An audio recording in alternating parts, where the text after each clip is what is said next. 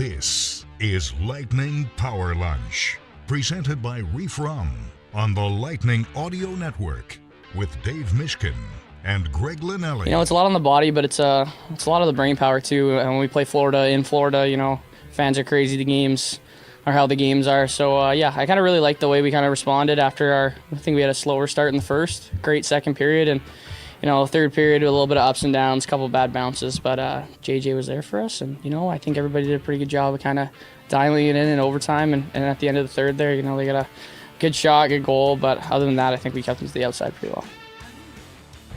Gage Gonsalves. He's gotten a lot of run on this show, not only from us, but from our audience who want to see the young man perform at a very high level. And I think at times he has. We've talked about his consistency. I don't want to say issues, but he's working through those things, as most young players do, partner. Dave Mishkin on the other side. He's out west, right? What time is it for you? Yes. It's 9, right? 9, yes. All right. I woke up at like 3:30 local time. I'm pretty much awake at 6:30. That's usually, I mean, I'm not always getting up at 6:30, but I'm usually waking up. Yeah, I mean, I don't have young kids anymore like you do, but I got kids at home. They're sleeping way past 6:30 in the morning. I can't even. I'm usually up fathom between. I'm usually up between 6:30 and 7:30. The dogs need to go out, and so you know, by the end of this trip, I probably will have adjusted. But I got to write a column this morning. I made use of my time, Greg. It's on the Lightning's website right now. Kind of, we talked about the 30,000-foot view. I basically said the Lightning have had a great, almost first half. Yeah. Not that they've almost been great. I think they've had a great first half. We're 3 games shy of the first half being over.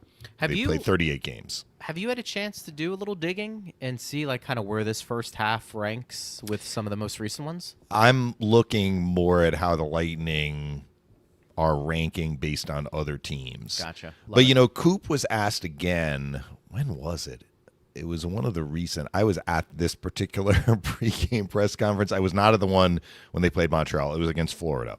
So it was the day of the Florida game. And Coop was asked again about the condensed schedule with injuries. And he said, again, flat out, I do not believe the schedule has been any more condensed so far this year.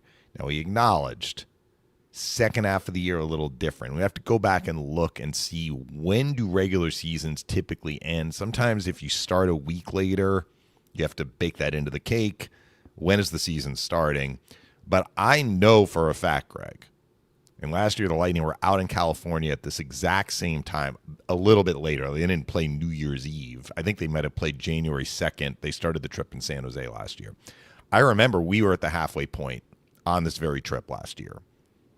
Same schedule, same time of the month, early January. Yeah.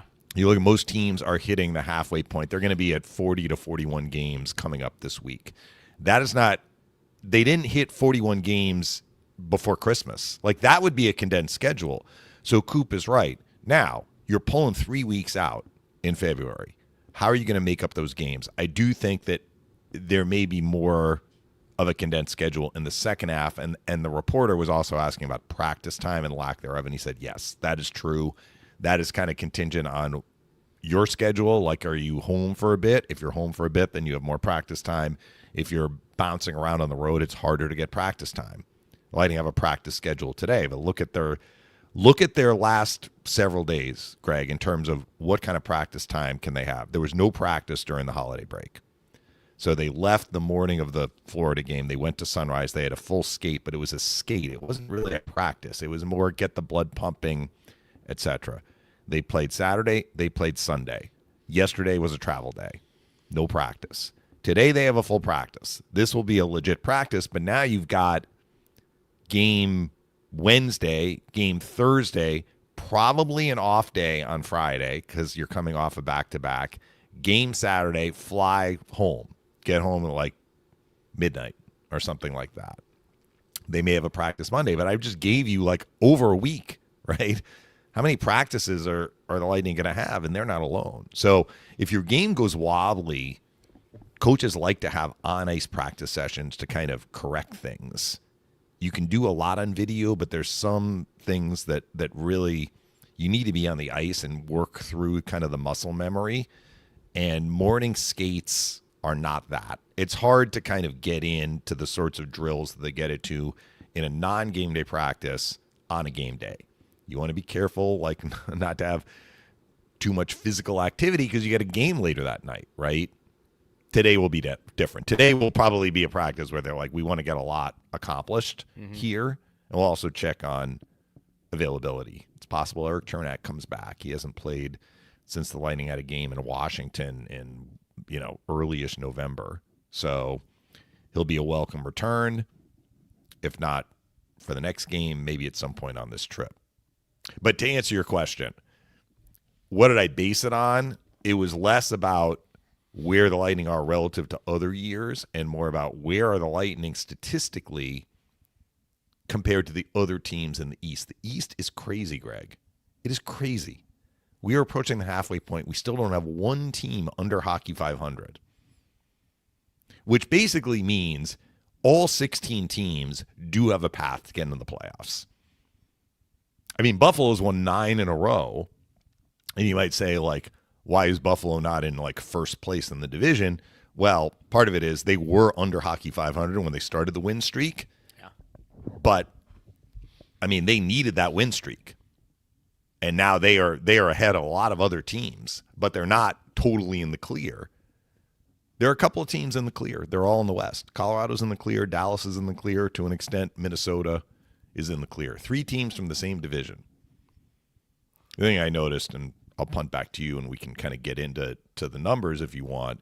If you look at the 32 teams in the NHL right now, and you just do standings based on league, not even by conference, just 1 to 32, the bottom 8 teams are all in the West.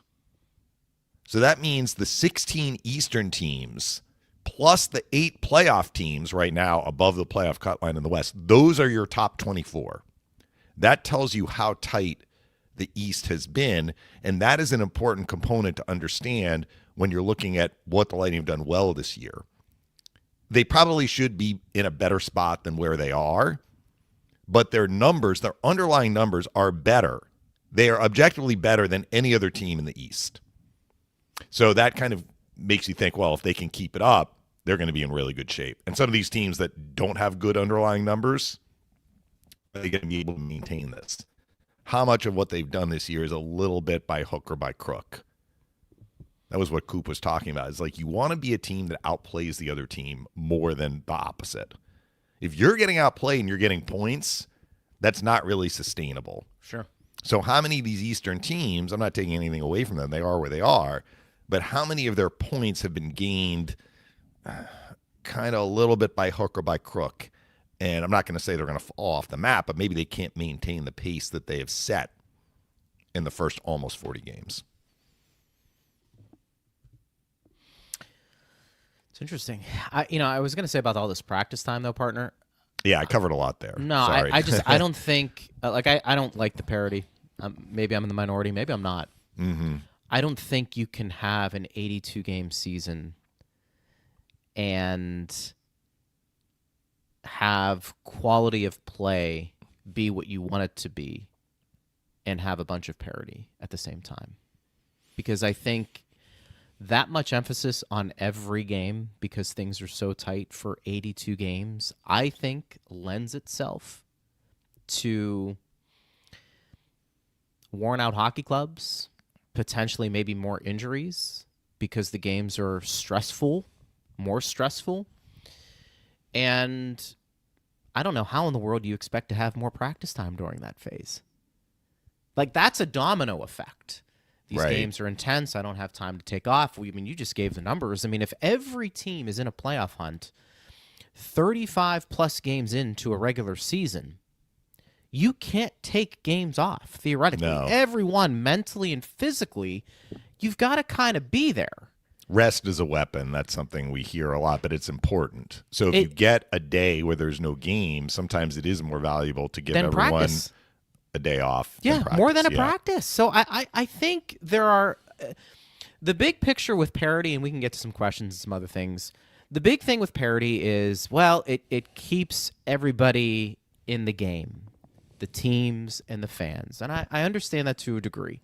But understand, in my opinion, the domino effect that has.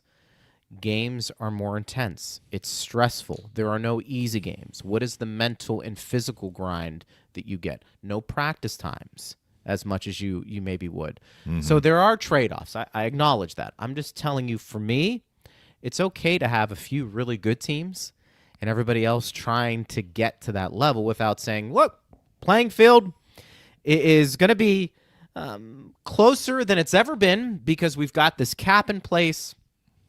And, the players are talented and more talented now than they've ever been. That's I don't know. I'm sure the league looks at it. I don't know if they care, or else we wouldn't be going to 84 games soon, would they? So keep that all in mind. The league likes the parity. But what's interesting is for the general fan, and look, fans, especially in hockey, I think, have more allegiance to their team than just enjoying the sport. I think the NFL, there are reasons why people cheer for the Bucks in Tampa Bay, okay? But they also have their eyeballs on other games, whether it's due to gambling or fantasy football or just teams that they like. They like to see them do well. Generally, and look at March Madness. Fans really love it when an underdog upsets a favored team. And there's something compelling about playoff races going down to the wire, right? So it's not a fait accompli well in advance of the end of a regular season. So I think with teams, generally, if your team is secure or not in the hunt or whatever, fans tend to like, if not parity, at least compelling races, which means that certain teams are not just, all the teams are not running away with it. But look about the individual athlete. I think the individual athlete is in a different category because most fans love the excellence from an individual athlete. They are not interested in, we have a whole bunch of players that are basically the same.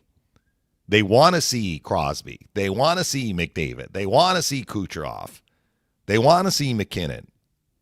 They want to see the top guys. I mean, I don't think they want to see all-star games, but they do have an interest in best on best when we see that at some of these tournaments. And, I think with the individual player, fans across the board love excellence. I'm not sure when it comes to a team, though, fans, other than the fans of that team, love excellence. In fact, sometimes it gets the anti-excellence. It's like, this team wins too much. We want them to start losing. Nobody's saying about Connor McDavid, he's winning too many scoring titles. If he continues to do what he's doing, we marvel at his excellence, right? So it's just interesting, that dynamic sometimes. I mean, I guess Tom Brady was a little bit of a lightning rod because the Patriots did so well when he was there. I was always like, this guy is amazing. He is just amazing, and I love watching him play. And in Tampa, he came to the Bucs, so I think people look at him fondly, but there are a lot of people who were anti-Tom Brady for one reason or another, but I think that's a little bit in the minority. I mean, how many people didn't like Michael Jordan play, watching this guy play? But you know what, though? They were at the top of their game. Now, you could say there was parity when Brady played, but because he was so much better or won so much more than other people, everybody could at least you had a strong opinion one way or the other. I think that's good for sports. The Yankees in their heyday, it's good to passionate about them one way, but it's also I despise the Yankees. I don't. Yeah, but people didn't like the Yankees, but did people dislike Mariano Rivera? He was so dominant. He was also likable. He was also very likable. But I'm not saying Brady wasn't. I'm just drawing a distinction between rooting for a team or appreciating a team's excellence and appreciating a player's excellence. I think it's a lot easier to appreciate a player's excellence than a team's excellence, which goes to this, we like races, we like upsets, we like seeing the underdog, we like seeing races come down to the wire, we like seeing closeness of competition. I think there's something to that as well.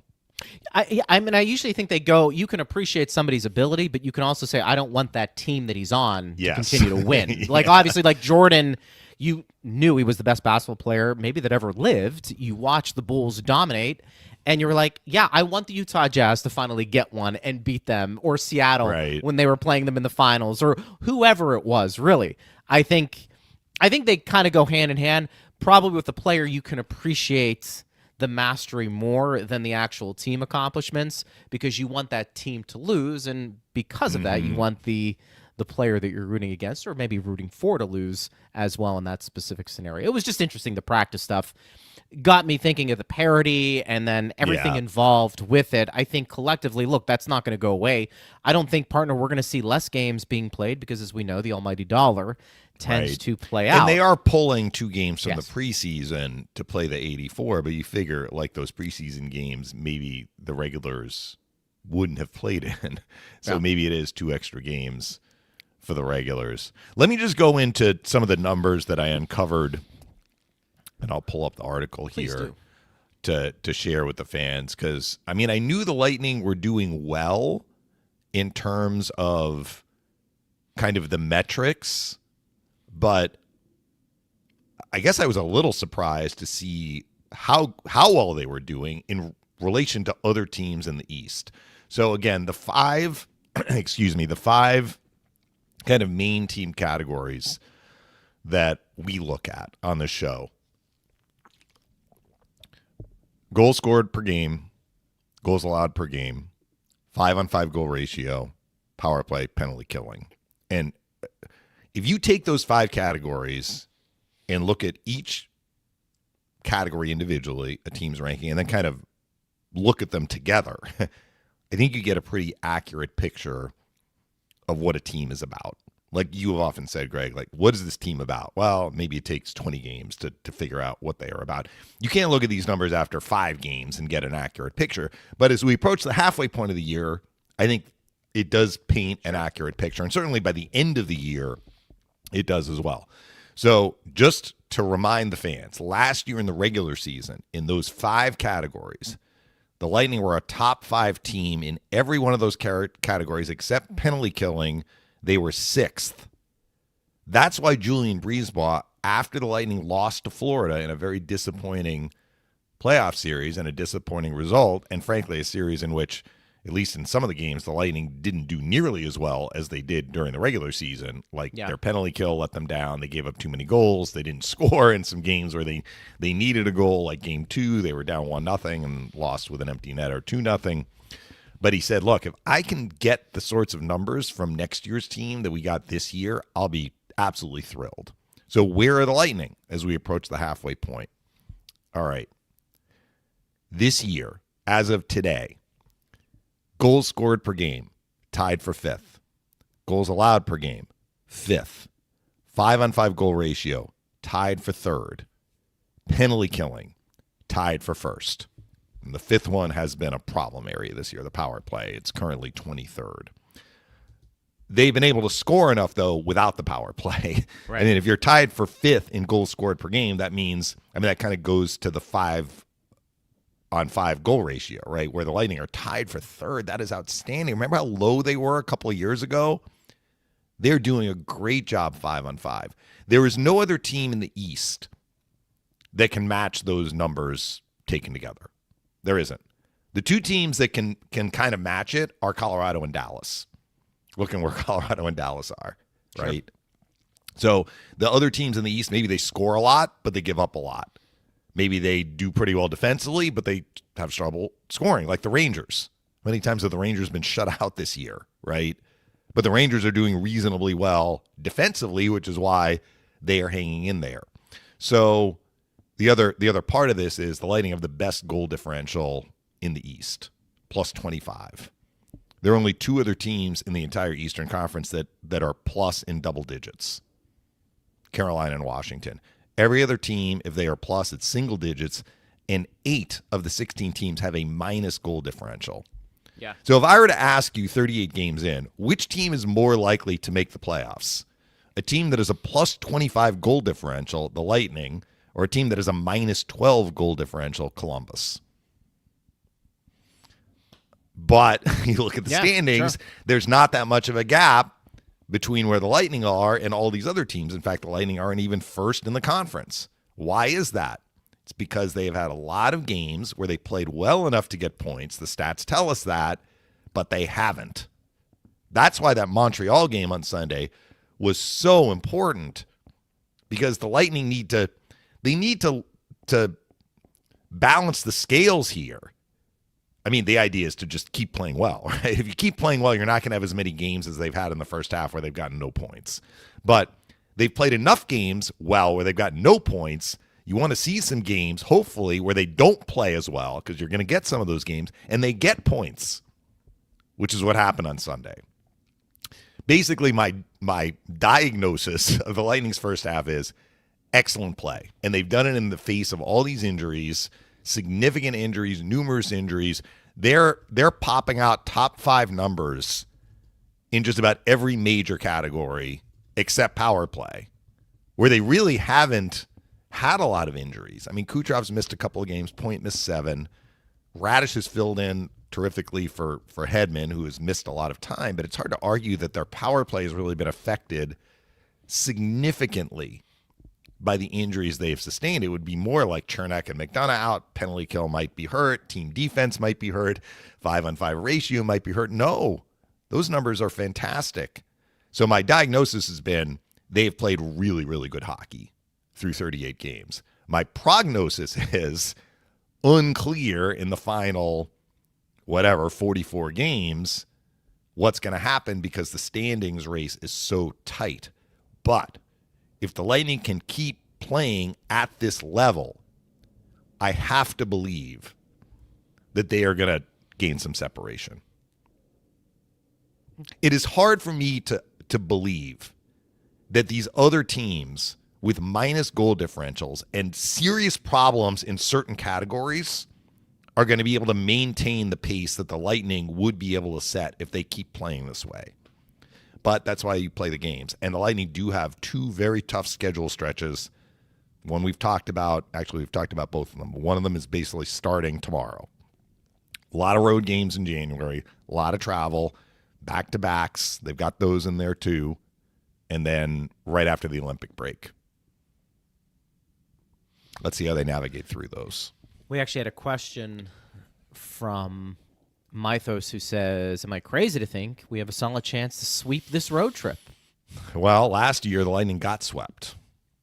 And none of these teams, I mean, certainly Anaheim and San Jose weren't as strong last year as they are this year. Remember how bad San Jose was a couple years ago? Yeah, they've improved. With they had a wild game. They had a wild game in Anaheim last night where they won 5-4. I think they got outshot like 42-13. So Anaheim is going to – so Mythos, the Ducks are coming in. They're going to have a burr in their saddle based on what happened to them last night. That was a game where they played well enough to win and got 0 points. But if you give up 5, it's hard to argue they got – I mean, maybe they got goalied a little bit. They had over 40 shots, but they scored 4. The problem was they gave up 5. On whatever it was, 13 shots. I may have had the shots a little bit wrong, but it was not a lot of shots. They gave up 5 goals. 42-13. Isn't that what I said? Okay, 42-13. Yeah, thank you, Greg. So I'm looking at it right now. You swallow a game like that. Come on. One of 2 things can happen. You're going to come back ticked off in the next game, and Anaheim lost a tough game to the Lightning in Tampa earlier this year. That was the one where Cirelli scored late in the third on a power play. Or it starts to unravel on you a little bit. We'll see. I mean, Joe Quenneville's such a veteran coach. I think he's going to have them ready. Interestingly, I did see they scratched both Gudas and Vetrano last night, so I'm not sure if those are injury-related scratches. Vetrano hadn't missed a game all year, and Gudas got injured earlier in the year, but, yeah. I mean, he's their captain. I was going to say, he's their captain, right? Yeah, so I have to believe that those were not healthy scratch decisions, but they were coming off a blowout loss prior to that in LA on the 27th, same day the Lightning played the Panthers. So maybe Quenneville was like, we're making some lineup changes. Who knows? I like their team. I mean, they were the worst defensive team in the NHL right now, which when I was looking up these numbers, I saw Anaheim is at the bottom, but they can score, which kind of jives with what happened last night. Gudas was sick, by the way. Okay. Thank you, Greg. So look, you're coming back less than 2 days later. The game tomorrow is 1:00 local time. So we'll see if Gudas is able to play. Lightning have had that happen to Kucherov. He's missed some games due to illness this year. Avalanche beat the Kings, who the Lightning are going to see on this trip too, Yeah. 5-2. Hard to argue that there's a team better than Colorado. Dallas is in the vicinity. You look at Dallas's numbers. Dallas had great underlying numbers last year too. Like, they are actually better than the Lightning in a lot of those categories that I mentioned. Their power play is much better than the Lightning's power play. But I don't know. I just don't get the sense that the Avalanche just like impose their will on the other team. They just like, I think that's right. We know we're better than you. Yeah. We're just going to go out and we're going to outplay you.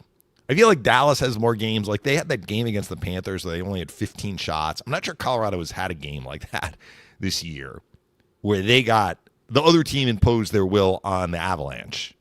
I don't think that has happened to Colorado this year. I mean, partner, the first 3 teams in the Central would be in first place in the Atlantic. That's what I'm saying. Yeah, like, I mean, it's they are the incredible. top 3 teams. Yeah, I think they are the top 3 teams in the NHL, in fact, aren't they? Is Minnesota ahead of Carolina? Yes. Yeah.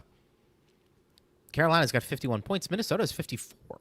Yeah, Minnesota got really hot. They did not have a great start to the year, and then Kaprizov got hot, and they made the trade, which I think, I mean, Hughes hasn't been there that long, but I think that he's really helped Maybe them. added some life to them. Yes. A little bit more. I mean, they almost have to. Remember they got going when their goalie Wallstat really like grabbed the reins and was having shutouts left and right. But now they're scoring a lot too. They're an impressive team. Colorado's a plus 66. Yeah. I mean, that's what I'm saying. Like we can talk in rosy terms about the Lightning. The Lightning are nowhere close to what Colorado has done this year. I mean they just aren't. These are video game numbers. McKinnon is a plus 48. Yeah. Natchez plus 38. Makar plus 33. I mean, that's impressive. Again, kind of the theme we had at the beginning of the show with parodying today's game, to be this dominant in this era. That doesn't translate to a Stanley Cup, of course. You still have to play it, and it's going to be different in the playoffs. And there's going to be a lot of pressure on Colorado if they maintain this pace going into the postseason. But these and are also look at their numbers. division. I mean, just looking at now, if it stays this way, Dallas and Minnesota would face each other in the first round. But still, I mean, the Avalanche are going to have to deal with a contender in the first 2 rounds. Yeah. If things kind of keep unfolding the way that they are. And those 3 teams are the most secure teams in the NHL. Because what did I say? The bottom 8 in the league are the bottom 8 in the West. Yeah. So those bottom 8 teams would have to make up a lot of ground to even get into the vicinity of even Minnesota. Brent Burns is a plus 19. That probably tells you all you need to know. I mean, what was it that Doug Plagans, when he joined us before the Lightning Panther game in Tampa, he was talking about Verhaeghe, and he's like, remember that video game with the NBA where the ball would like be on fire, and like that's Verhaeghe when he gets hot. That's like the whole Colorado team this year. They're just playing with like a ball on fire. Yeah, he's heating. I think it's like NBA Jam. I think that might have been NBA Jam. That's he's what it was. heating up. That was always fun. But that's pretty impressive. When what's funny is those are nice to look at for me when I'm looking collectively at the regular season. I don't know if that means a ton for me, because I do know the postseason is drastically different than the regular season. And you may be right. Yeah. They are imposing their will. We've seen teams impose their will in the playoffs, and they've been able to run through it. And maybe that's what happens with Colorado. What we have seen with the teams that are basically setting the wins and points records, the Lightning had it one year, they tied Detroit. Boston did it a couple of years later. They won 65, and both those teams lost in the first round of the playoffs. The Red Wings lost in the second round in 96 when they got to they lost did they lose in the conference final? They lost in the conference final to Colorado. Yeah. But they had a tough second round series where they had to beat St. Louis in Game 7 in overtime. So it was a struggle. Well, we heard a little bit from the Lightning for sure, because we were covering that team in 18-19. And I think the same was true of the Bruins, the year the Bruins won 65. You have that kind of a regular season, you have not really been punched in the mouth. And what happens if you do get punched in the mouth? How do you respond? How do you respond when all of a sudden it's really difficult? When things aren't just going your way. Now, it's not like they're innocent bystanders here Colorado. I'm talking about they are doing the things necessary to win all of these games. Sure. They're not just like putting their feet up and it's like, oh, every light is green. The road is paved. We can just cruise right along. Like they are earning what they're getting. But what happens when the road gets bumpy? How are you going to handle that?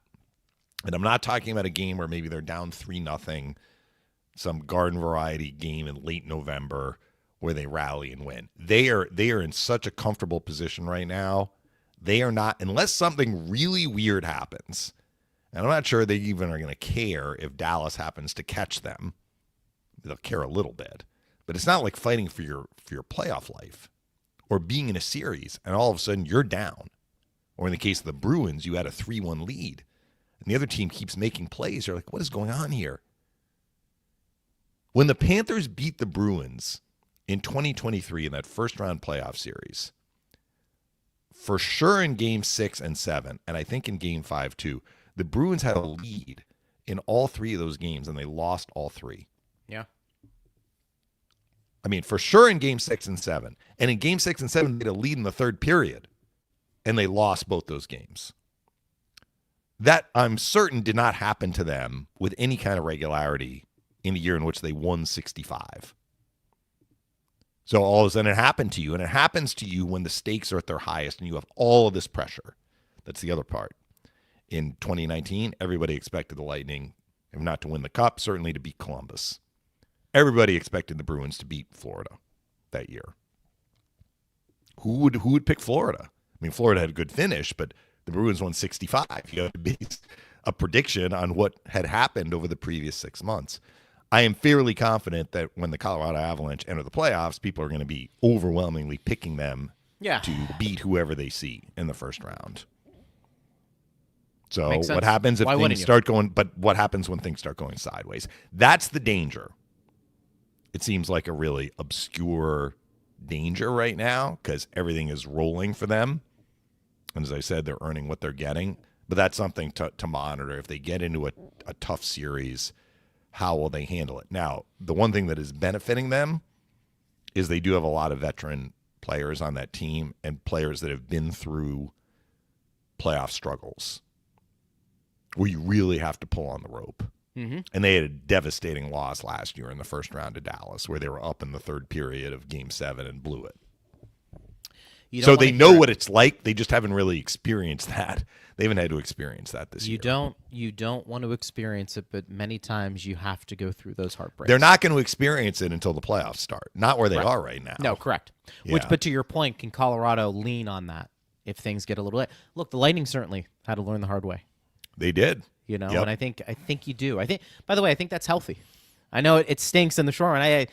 How you handle adversity. I think that's a nice lesson in life. Jim, to Mythos's point about a solid chance of sweeping this road trip. I think he means you, Mythos, not you, Greg and Dave. We didn't say look, I've been called worse, but what the hell? He says, Anaheim and San Jose have quick and fast, high-scoring teams. LA has shut down defense. The West Coast swing is no longer a cakewalk, but I like the grit our team has shown. Yeah, I think that's all fair. Mm-hmm. We saw the Kings and how they play. Yeah. And I feel like that's a valid point.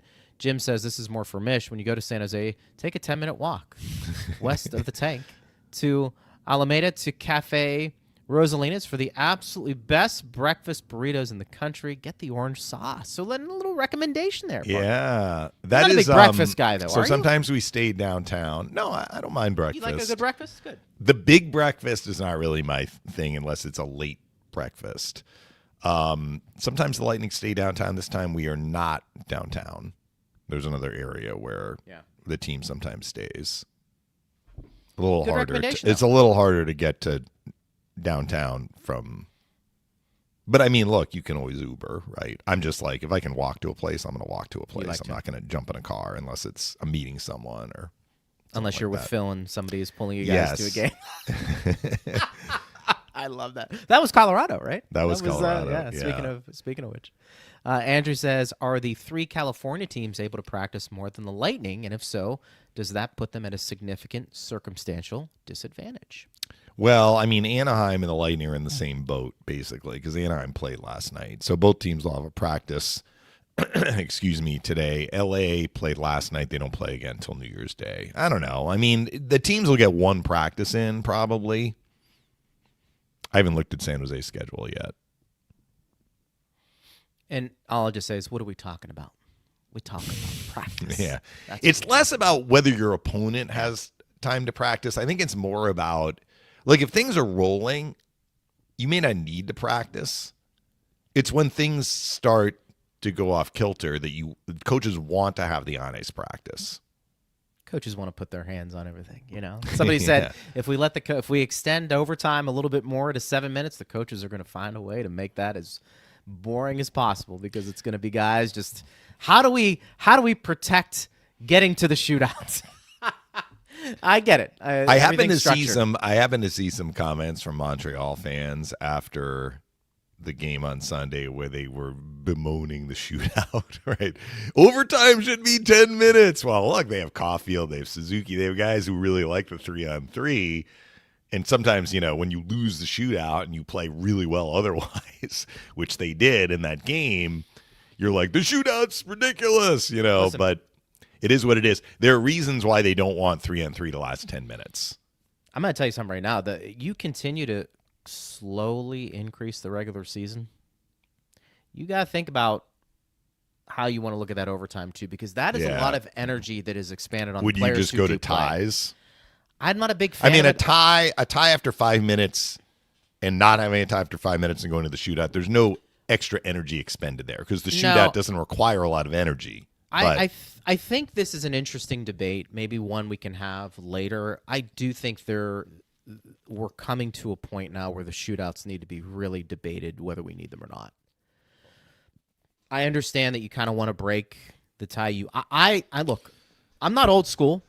But I think in sports, there should be a winner and there should be a loser. That is why you play, and I get why we have a shootout. That was in part, too, coming out of the lockout. They wanted to draw more fans to the game, and that was a cool way to maybe have something different that fans could get excited about. You know, you're standing when you're watching guys with a shootout. I think it's like a lot of things. I think it's lost a lot of its pizzazz. And I think if you're going to go 84 games, and then look, in 5 years, we're going to have a 90-game regular season schedule, I don't know if it's beneficial. Look, we're talking about lack of practice time, players. It's more about recovery than it is practicing. I mean, the overtime period, certainly not going to increase, but I think there's a fair question. Like, the longer the regular season goes, and if you have 3-on-3 part of the process, your top players are playing a lot. Mm-hmm. I'm just saying, you may have to rethink how things are going. And I don't want to go back to, look, after 20 minutes, it's a tie. But no, you got to start protecting your most valuable commodity, which are the players. I don't think there's anything imminent in terms of a rule change with that.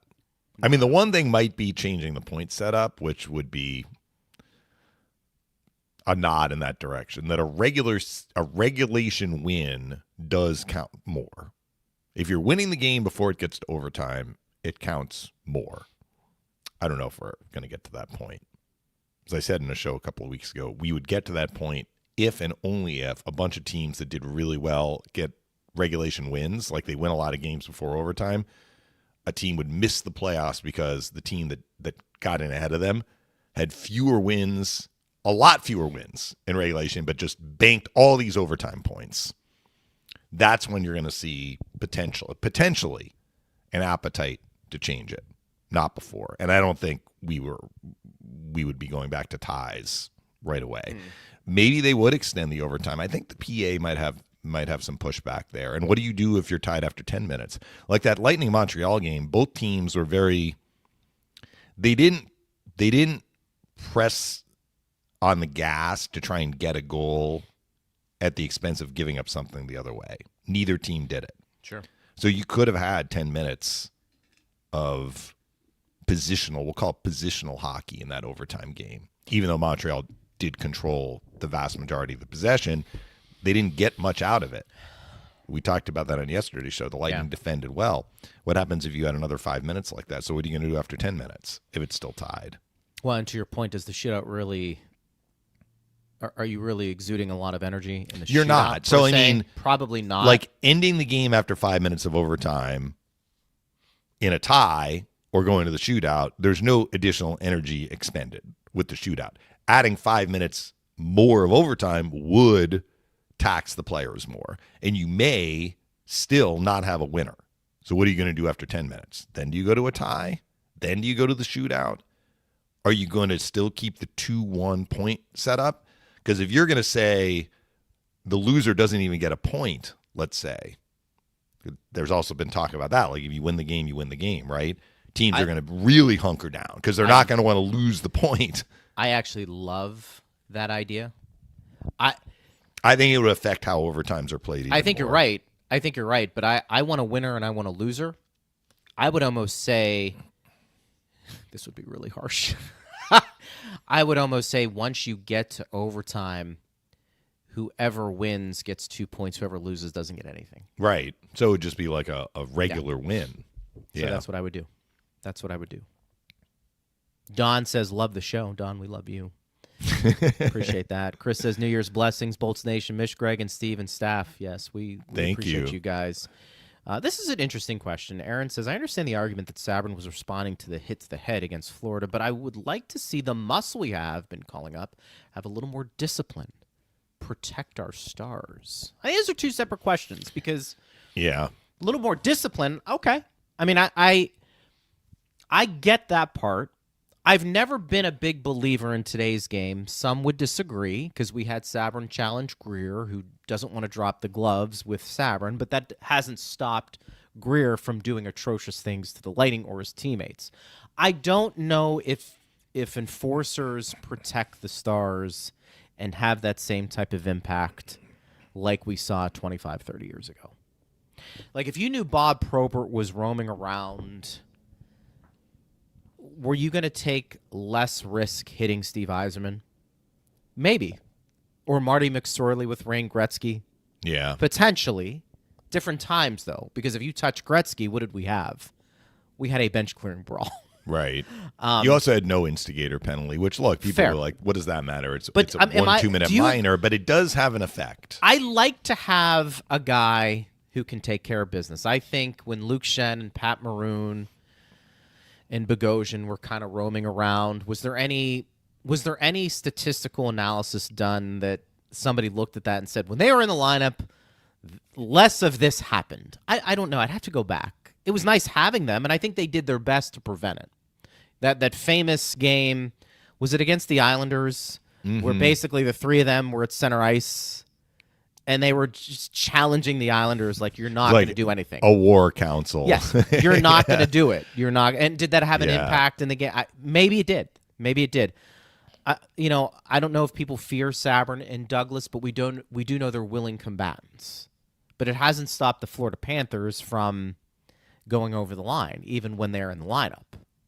So I'm not sure what to make of it. Yeah, I think the Sabrin reaction,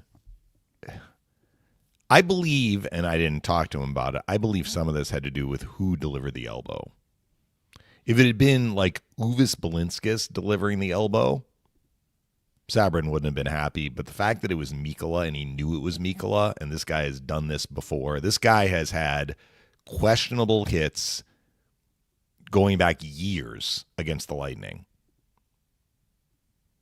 I think that's what set Sabrin off. He knew the history. He knew what happened in the last game with this guy. I think that's why. But the fan is right that, his reaction was going to put the Lightning short. I didn't like the fact that it put them short for 4 minutes. I thought the officials might have had a little bit more of finger on the pulse of what happened on that play. They didn't. But look, what you think, what I think, what the fans think, like the most important person thinking about this is Julian Brisebois, and by extension, his management team and Jon Cooper. And they like it. There's a reason why Douglas and Sabrin have played in every game against the Panthers this year. Maybe things would have gotten worse if they hadn't been in the lineup. We'll never know. We can't prove the opposite, right? We can only look at what has happened in the games in which they have played. And Look, unfortunately, Hagel has still been targeted. In one of the 3 games, Hagel was targeted. There's no question. And now they are targeting, I will say this, they are targeting. I don't think that the Lundell high stick was as intentional. I think he was reckless. And I finally saw a replay. He kind of got spun around and he swung the stick. But to me, it is pretty clear that they are targeting Gensel. Right. Mikkola targeted Gensel, Greer targeted Gensel. So Hagel's not in the lineup, or he's been knocked out of the game. Or the one in Tampa, actually, they did Gensel first. But Gensel is another high-skill guy on the Lightning who tends to play well against the Panthers. He does. So they're running him now. The only thing that's overstating it, but I mean, look at the information we've gotten from the last 2 games. What abuse Gensel has taken from the Panthers. So no, I agree with you, and this is where we have problems, because in today's game, it really comes down to the officiating, refereeing appropriately. And when that goes haywire, it's actually more impactful than having an enforcer on the ice. Mm-hmm. In other words, if you have an official who takes care of the business early on and says, this isn't happening, none of this BS is going to go on, you're out.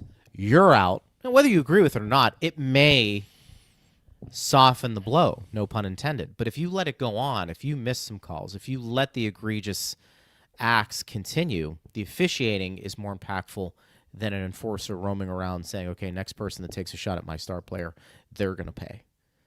To me, that's kind of where we are in today's game. Yeah. The enforcing has to come from the officials, not necessarily the players. And I know that's contradictory to what NHL hockey is all about in many ways. But I just haven't seen enough evidence that an enforcer does the job more than if an official or the crew takes control of it more. And I think that's just kind of where I am. Tonight, by the way, enjoy some Refrom. It's smooth, versatile, and now pouring at Benchmark International Arena. Order a tropical wave or a lightning mule and taste why fans are switching. Refrom is a premium craft Florida local rum built on authenticity, quality, and easy drinkability. Ask for Refrom by name. Go Bolts and enjoy responsibly. Please make sure you do that. Let me get to Aaron. Did he also have this question? So impressive what the team has done despite injuries. If they were struggling to stay in a playoff spot, we would be talking about how this could be expected given the key injuries. I think that's fair. Yeah. I think that's very fair. That's been one of the biggest storylines this year. Yeah. E for whatever says Bolts fan for life, but want to hear your thoughts on a slash from Barzal to Marchment, and Barzal only getting fined $5,000. Love the show. And see you all at the Stadium Series flying from NYC. Oh, very nice. Well, hopefully you enjoy the game. So I did see a couple of those replays. Did you see the situation? I saw the replay of Barzal. And all I'm going to say is you cannot use your stick as a weapon. And that's, to me, how I looked at it. I'm not telling you that emotions don't run high. Factor all of that in. You can't. In today's game, you can't do that. Do you disagree? So I was actually thinking of the Savarin play. Yeah. Because Savarin slashed in Mikkola's skates. It's fair. So the fan asked about, well, what did we think about the $5,000 fine? So to me, those were similar type of plays, actually. And if you're the Islanders, you're like, well, Savarin did this. He didn't get, like, Barzal got a major. I think he got a major in a game. I'd have to go back and look. I'm pretty sure he got a major, though. Maybe he was allowed to stay in the game. So his penalty was more severe than Savarin's, and he got fined more than Savarin got fined. Now, why Barzal did it? They felt that Marchment did a dirty trip on Schaefer. There is no question that Schaefer has been, I'll use this word again, targeted. If you don't want to use the word that's targeted. Their guy at 18. Yeah. I mean, come on, right? The NHL is trying to introduce Schaefer to the NHL game. And seeing, essentially, if he has the courage, you can pick another word, but the courage to kind of fight through it, right? And from what I've seen, it looks like he is unnerved by that. Or not unnerved. He is unaffected by that. Like, he is fine. Like, he's taken some rough hits. That was an open ice trip that the Islanders didn't like at all. He went down hard, but he was involved in the scrum later, because Barzal reacted on Marchment. So the Islanders are sensitive to this, and I can understand that. Am I surprised that he wasn't suspended? I can't say that I'm surprised because, again, as we learned from the Lightning Panthers preseason game, what the DOPS takes into account is, what was the penalty in the game? And if Barzal had to miss basically 2 periods, I guess I should go back and look and see if we get a game misconduct.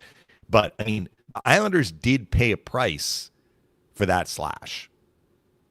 So the DOPS is, taking it into account.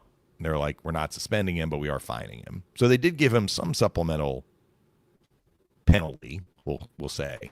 But it didn't involve with him missing any more time than he missed in that one game. But, look, if Matthew Schaefer, the Islanders are not happy with something that is happening to Matthew Schaefer. And they've seen it, we'll just say, multiple times this year. They're going to have a quick trigger finger to react. And the fact that it was Barzal, he's a fiery guy. I'm not sure that he is known as a pugilist or somebody who would do something like that. That just shows how much they love this kid, right? He's gonna step up for him. And Marchment has a little bit of a reputation of doing some stuff like that.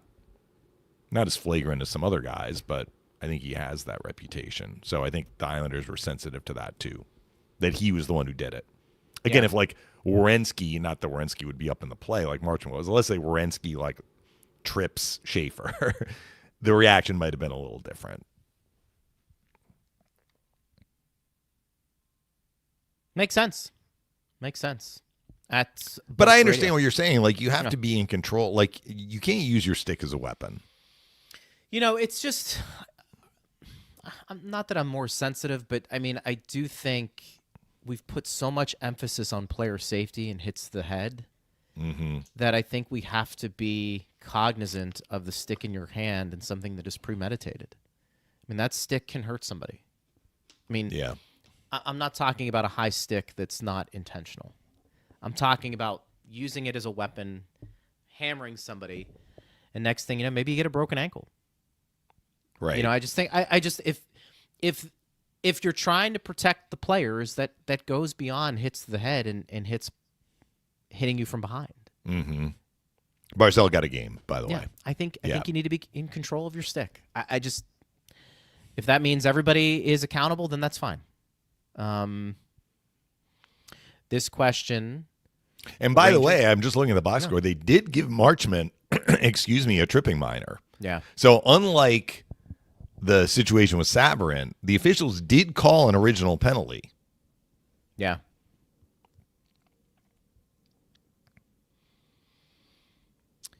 Yeah, that's fair.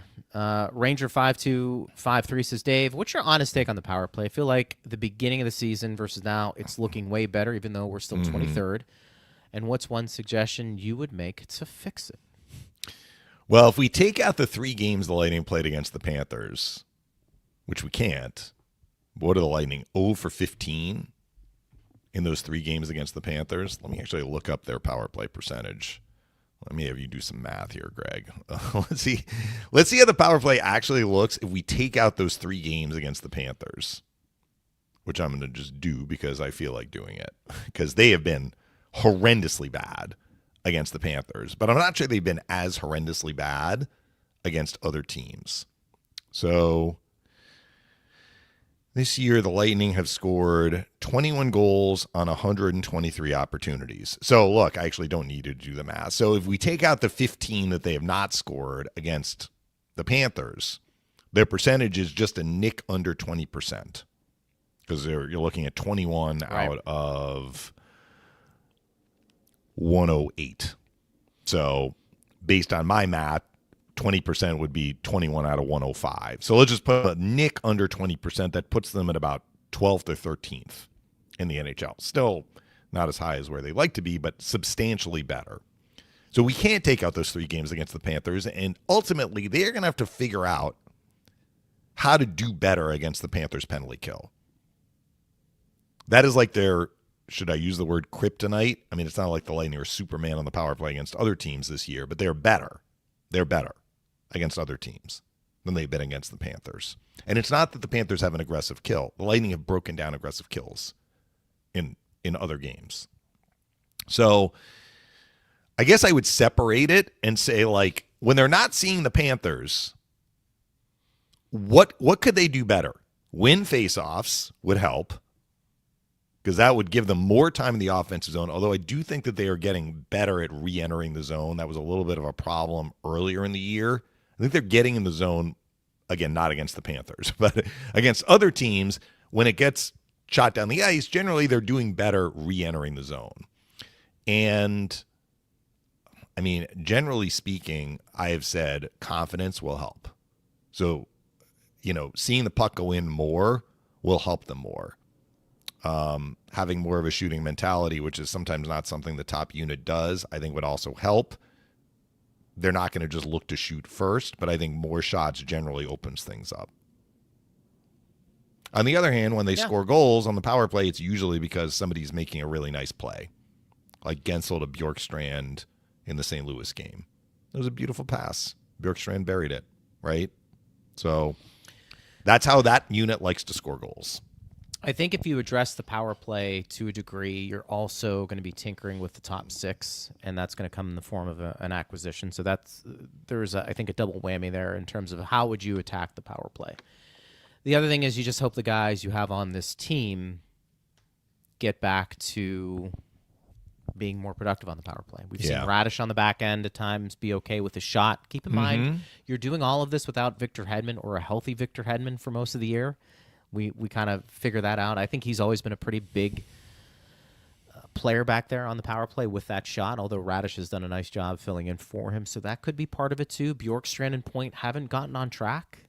Actually, Point more so than Bjorkstrand from that perspective. So I think some of this Bjorkstrand leads the team with 5 power play goals. Hard to believe, right? Hard to believe. It doesn't feel like that. Right. Well, he's only scored 6. Right. So I know you asked Dave Ranger, but my thought would be some of this is the guys that you have currently who are slumping get into more of a rhythm. And if you go out and make a trade, keep in mind the domino effect I think that's going to have, because if you're getting somebody to help on the power play on the first unit, most likely that player is going to be in a top 6 too. Yeah. Right? You're not getting a fourth liner to, figure out the first power play unit. So I think that's kind of where we are. I would just close with this on that question, which is something we talked about before, when the power play has really hurt the Lightning because they need a goal and they're not getting one. I think the 5-man unit on the top unit is the unit the Lightning want. People might quibble with that, but that's the unit they want. They want the 3 righties, Radish, Point, and Bjorkstrand, generally Point in the bumper, Bjorkstrand at the circle, Radish at the point, Gensel, goal line extended to the front of the net, and Kucherov at the right circle. That's the unit. That's the personnel that they want. That's the setup they want. So then it comes down to executing. Somebody else might say they need different personnel. Yep.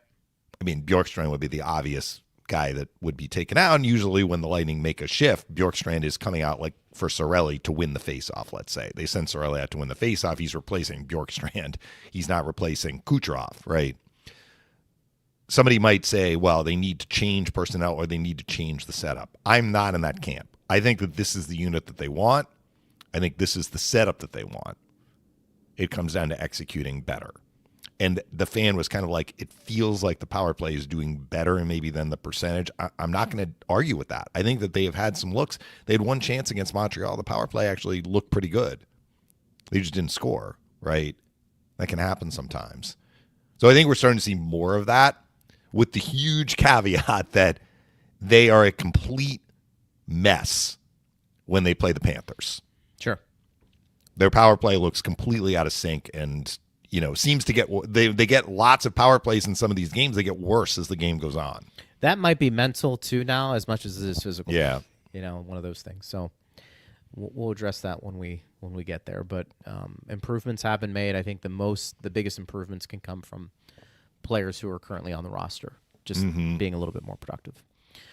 Partner, that's going to wrap it up for us. Tomorrow we'll be getting ready for a game. Last show we're not till Friday. Have a show. Yeah, that's right. We're not going to have a show. Happy New Year to all the fans. That's right. Make sure everybody's safe. We want you back here on Friday. But, of course, you can listen to the broadcast tomorrow. On the air, 3:30 pregame.